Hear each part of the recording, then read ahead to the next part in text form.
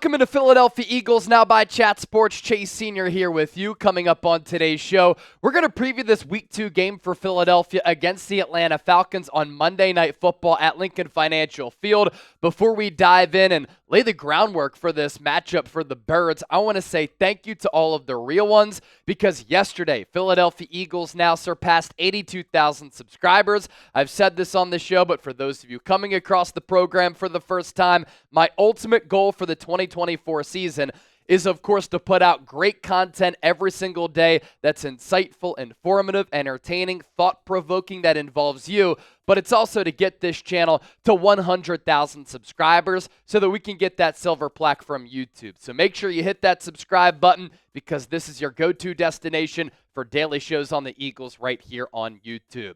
So the next game for Philadelphia here on the 2024 schedule, a home matchup against the Atlanta Falcons. Atlanta losing their season opener against the Pittsburgh Steelers on Sunday. Philadelphia winning their season opener on the road in Brazil as the home team against Green Bay. And I thought it was a really impressive victory for the Eagles. And as we look ahead to this one, coming off the heels of that dub for the Eagles, they're 6.5-point favorites against this Atlanta squad, and the over-under set at 47 even. Kickoff set for Monday, September 16th on ESPN. 8:15 p.m. Eastern is when this game will get underway from the Link in South Philadelphia. Some more takeaways that I have from this Eagles win over the Packers, which at this point seems like it was so long ago. The defense really, I thought, saved the game early. Philadelphia's offense turning the football over on their first two drives. And for Philadelphia's defense to hold Green Bay to only 2 field goals to keep the game within striking distance at 6-0, I thought that was monumental. And then sticking with Vic Fangio's defense, they played and performed very well in the red zone and on third down. So 2 critical areas in which the Eagles defense came up huge. This Eagles offense, if they iron out some of their issues and they correct some of their mistakes, this team could be really explosive. One of the more high-octane offenses in the National Football League, especially with Kellen Moore now designing the offense and calling the plays. But Philadelphia is so deep with AJ Brown, Devontae Smith, Saquon Barkley, Dallas Goedert, and Jalen Hurts, and we barely saw anything from Jahan Dotson. Really, Dotson and Kenneth Gainwell, they were only primarily used as motion men against the Packers in that opener. When it comes to the quarterback and Jalen Hurts, he was certainly up and down. He made some incredible plays. That drive late in which Philadelphia really put their stones on the table to break the will of Green Bay, it was impressive. But the 2 interceptions that Hurts threw, they were inexcusable mistakes.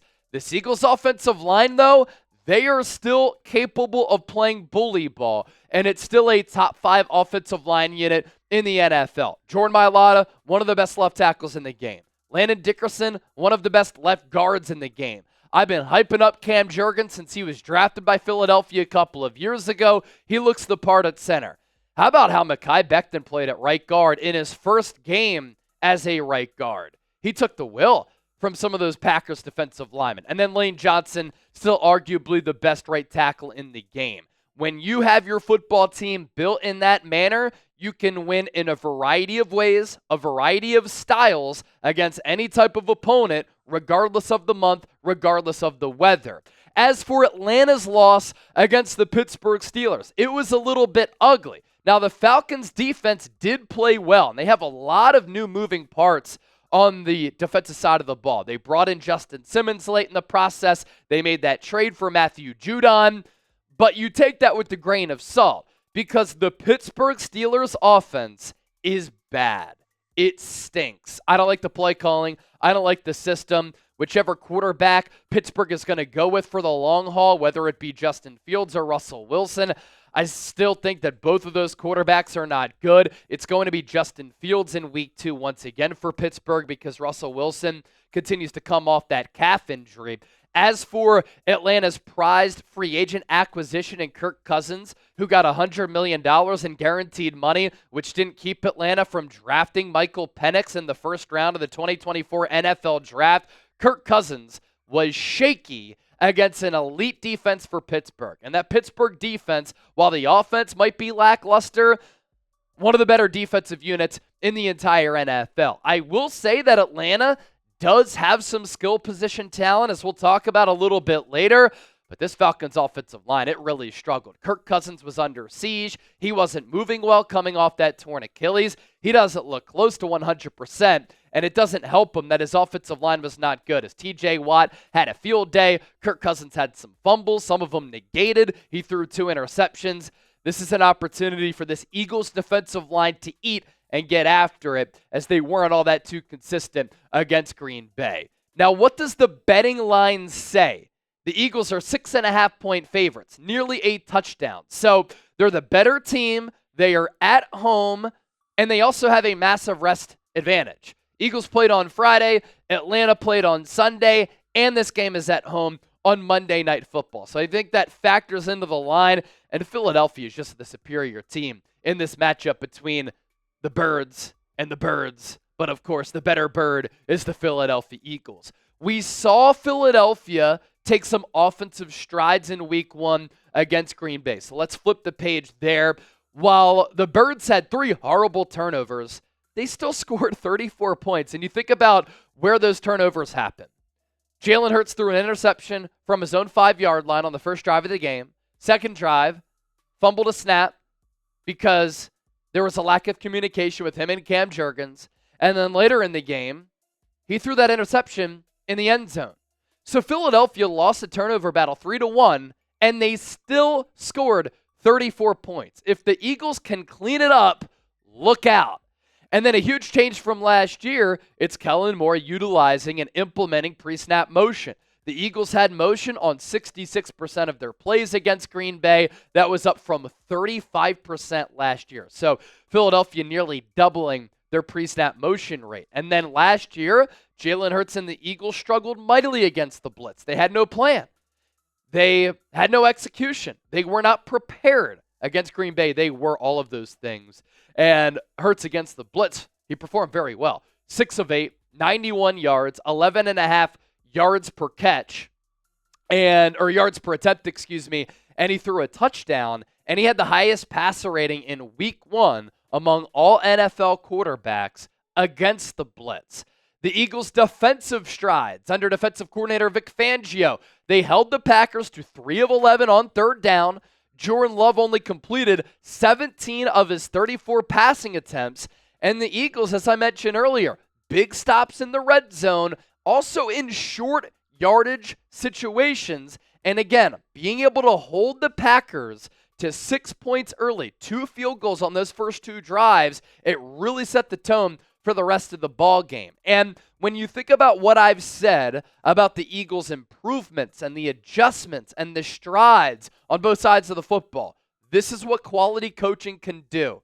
With Vic Fangio, with Kellen Moore, the Eagles were simply better prepared situationally and a better coached football team as compared to last year. We're only ramping up and getting started here as we're going to continue to take flight. But first, a programming alert. Join us for our Monday Night Football watch party here on Eagles Now. Game 1 against the Packers, 300,000 views here on Eagles Now for our first watch party of the regular season. We also did a 90-minute pregame show. So if you want to join us for another 90-minute pregame show going into the game for our watch party, the best place to experience an Eagles game day outside of being at Lincoln Financial Field, then hit that thumbs up icon, like the video, and show us that you want that longer pregame show.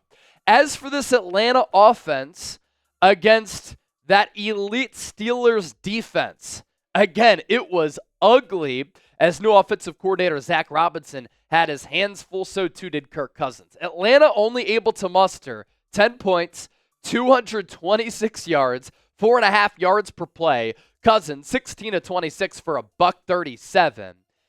22 carries, 89 yards. Atlanta did rush it 4 yards per pop. So that's the positive for that Falcons offense in week 1, but they turned it over 3 times. Cousins threw 2 picks, had a fumble strip sack, time of possession at 24 minutes and 24 seconds. And Kirk Cousins, when you look at his numbers, completed 16 of 26 of his passes. The yards per attempt, very, very low. The touchdown interception ratio, 1 to 2. He had a QBR of 28.9 and a quarterback rating of 59. Yuck. But it's not like that Steelers offense did much against the Atlanta defense. Total yards for Pittsburgh, 270. They only averaged 4.1 yards per play, 133 passing yards. They ran for more yards than they did throwing yards, 137 yards on the ground. Pittsburgh had a clean bill. No turnovers, even though Justin Fields kind of put the ball in harm's way a couple of times. He can't throw a touch or accuracy. And then the time of possession for Pittsburgh at 35 minutes and 36 seconds. I want to show you Justin Fields' throwing chart against this Atlanta defense on Sunday. What do you notice? This is high school level, elementary level school stuff. Fields was 17 of 23, a $156, no touchdowns, no picks. He had one long ball down the sideline to George Pickens. That was it. But what do you notice here? He literally did not target the middle area of the field. In between the numbers, he did not complete a single pass. He didn't even attempt a single pass in the middle area of the field. So Atlanta's defense, in a way, wasn't really tested. They weren't really stretched out, and they weren't posed with many difficult challenges by the Steelers' offense. The Eagles' offense, led by Kellen Moore, is going to do a lot more creative things as compared to Pittsburgh, and they are going to test this Falcons defense like they were not tested in week one. And one thing that stood out to me about Fields is that in the short and intermediate area, he throws with no touch. He just fires that ball in there with a lot of velo, and it's hard for the receiver to really catch those balls because it's coming at him at like 90 miles per hour. So I hope that Kellen Moore sees this, and the Eagles run a lot of crossers. They stretch the field vertically, but also they stretch the field from sideline to sideline, and they use each third of the field toward each boundary, but also in the middle area of the field to really test that Falcons defense. With that, I ask you this. My prediction is coming up here just around the corner. Who you got in this game on Monday Night Football? Type PHI for the Eagles, ATL for the Atlanta Falcons. Big matchup in the NFC in Week 2. Let me know who you got. I'm going to let you know who I go with when it comes to getting tickets, and that is Game Time. What time is it? Game Time. I love going to sporting events because you're able to put together great memories with people who you really care about, but it's also great meeting people at stadiums and arenas because when you're at a game, you're all there for one reason, to root on your team or to talk smack against the opponent. And with the Game Time app, they specialize in last-minute tickets at the lowest price guaranteed, and as the event gets closer, their ticketing prices go down. So if you download the app and you create an account for free and you use the code CHATSPORTS, CHATSPORTS, you get $20 off. Terms apply. First purchase only. A feature that I love about this app is that you can see the view from your seat before you buy, so you know exactly what to expect when you arrive. If you're looking to go to this Eagles-Falcons game on Monday night, plenty of tickets available. And when I talk about seeing the vantage point and the price point from your seat, this is a great example. For instance, you want to sit section 112, row 6. This is what you'll be seeing, and the price point. If you want the aerial view where you can look down on Lincoln Financial Field, that is available as well. Philly's currently in a series against the Tampa Bay Rays. Series coming up against the New York Mets. If you want to go to a game at Citizens Bank Park, you can do that as well. Game Time Picks. Curation makes it easier to save more on sports, but also it's not just a sports ticketing app. You can go to concerts, comedy shows, theater events, and more. So take the guesswork out of buying tickets with Game Time and use that code CHATSPORTS for $20 off.